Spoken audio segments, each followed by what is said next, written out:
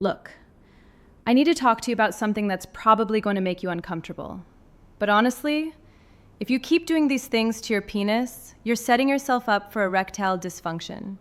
And in some cases, you could actually be causing damage that leads to shrinkage over time. I'm Dr. Emma Blake, your trusted men's health advisor. And today, we're covering 6 things that could be sabotaging your sexual health right now. And if you're serious about protecting your sexual health, hit that subscribe button. It's literally the easiest thing you can do today.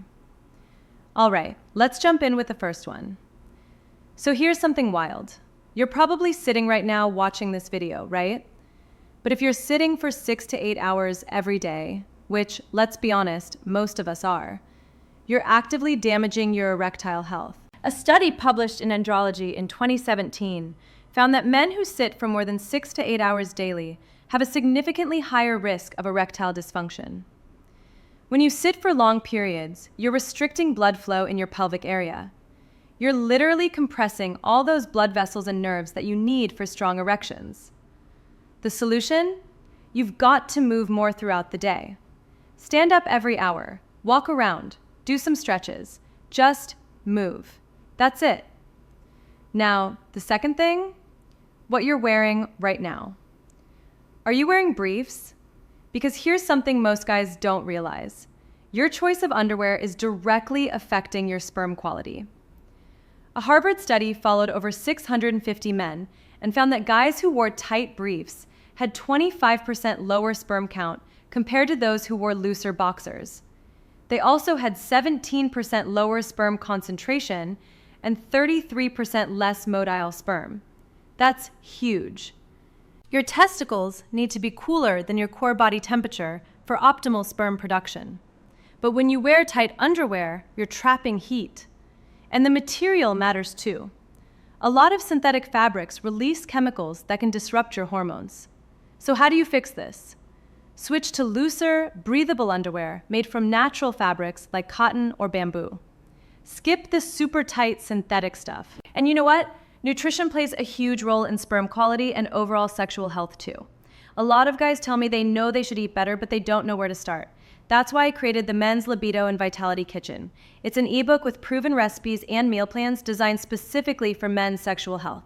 You can find it linked in the description below. All right, so the third thing might seem small, but trust me, it matters. When you masturbate, don't just grab whatever lotion or hand cream is sitting on your nightstand. Most cheap lotions contain endocrine-disrupting chemicals, parabens, certain phthalates, and BPA. Your hormones control everything related to sexual health. And if you keep using products with these chemicals for months or years, that exposure adds up. What should you do instead? Use lubricants that are actually designed for sexual use. Look for labels that say paraben-free and phthalate-free. Now, the fourth one is something a lot of guys don't want to hear. Masturbation itself, not the problem. But daily masturbation combined with pornography, that's a completely different story. When you masturbate every day while watching porn, you're training your brain to respond only to that intense artificial stimulation. Over time, this leads to erectile dysfunction, lower sexual desire, and reduced satisfaction with real-life intimacy. Your brain literally becomes wired to need porn to get turned on. So when you're with a real partner, it's harder to stay aroused. And I see this all the time in my practice.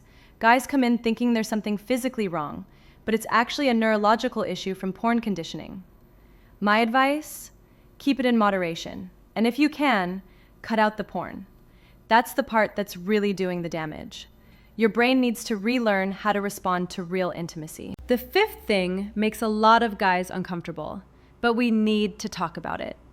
Listen, I'm not saying anal sex is off limits, but you absolutely need to understand the risks, especially without protection.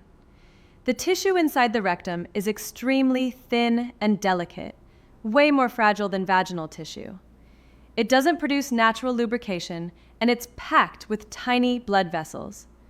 So when you have anal sex without a condom and without proper lubrication, the friction creates micro tears that open the door for infections. And here's the reality check. Unprotected anal sex is about 17 times riskier for HIV transmission than unprotected vaginal sex. 17 times. How do you stay safe? 3 non-negotiables. Always use condoms. Always use plenty of water-based or silicone-based lubricant. And get tested regularly. Know your status, know your partner's status. And here's the last thing. Cock rings can actually be great when used properly, but you've got to use them correctly. Here's a scenario I see way too often.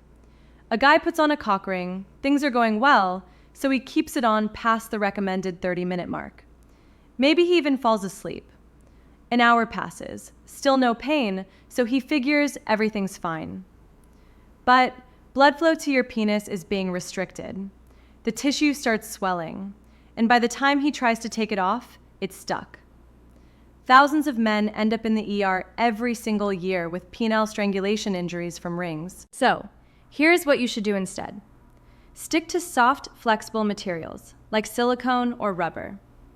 Look for rings with quick release features, like snaps or Velcro. And remove the ring within 30 minutes, no exceptions.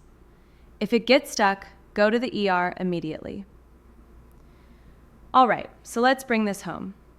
We talked about 6 things today that could be damaging your sexual health. Stop sitting all day. Switch to looser underwear. Use proper lubricants. Cut back on daily porn use. Always use protection for anal sex. And if you use cock rings, follow that 30-minute rule. These aren't complicated changes, but they'll protect your sexual health for years to come. If this was helpful, smash that subscribe button and drop a comment below. Let me know which one of these surprised you the most. Thanks for watching, and I will see you in the next one.